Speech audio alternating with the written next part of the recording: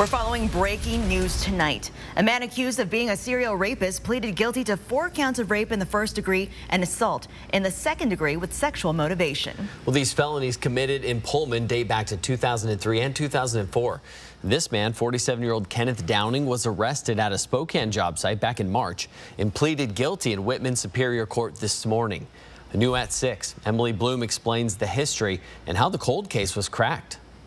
Downing's plea today brings closure to a case that nearly 20 years ago had the entire city of Pullman on edge.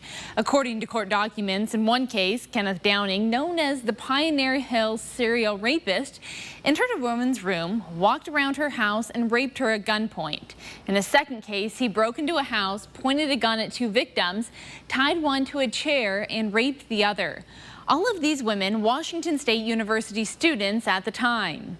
The relief they had, none of them, they'd all reached the point where they didn't think, if this was going to be resolved. And then now to have this, I think, is very important to them.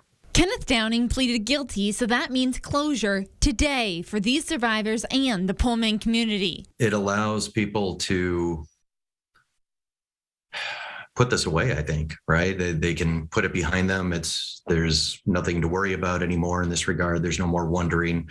The answer is settled. And most importantly, it's settled for the survivors. Chief Deputy Prosecutor Dan LeBeau says this is a reflection of the dedication from the officers who were assigned to the case. They never gave up. One officer who worked on the case from the beginning never stopped carrying around DNA swab kits with him for the entirety of the process. 18 years later, the door is now closed on one of the biggest cases in the Pullman community. When they learned about the forensic genetic genealogy, they got a grant from the Washington Attorney General's office. They pursued that.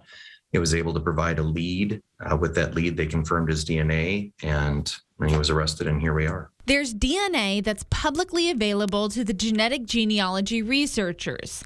That becomes available when people submit it for their own family history.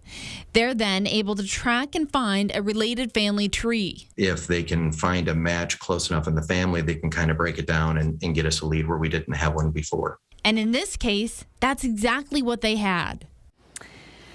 Officers have done a thorough follow-up to investigate whether Downing could be connected to any other crimes over the past 18 years. So far, nothing indicates that could be the case. Downing's sentencing is scheduled for August 19th, and he faces at least 17 years in prison. Reporting in studio, Emily Bloom, 4 News Now.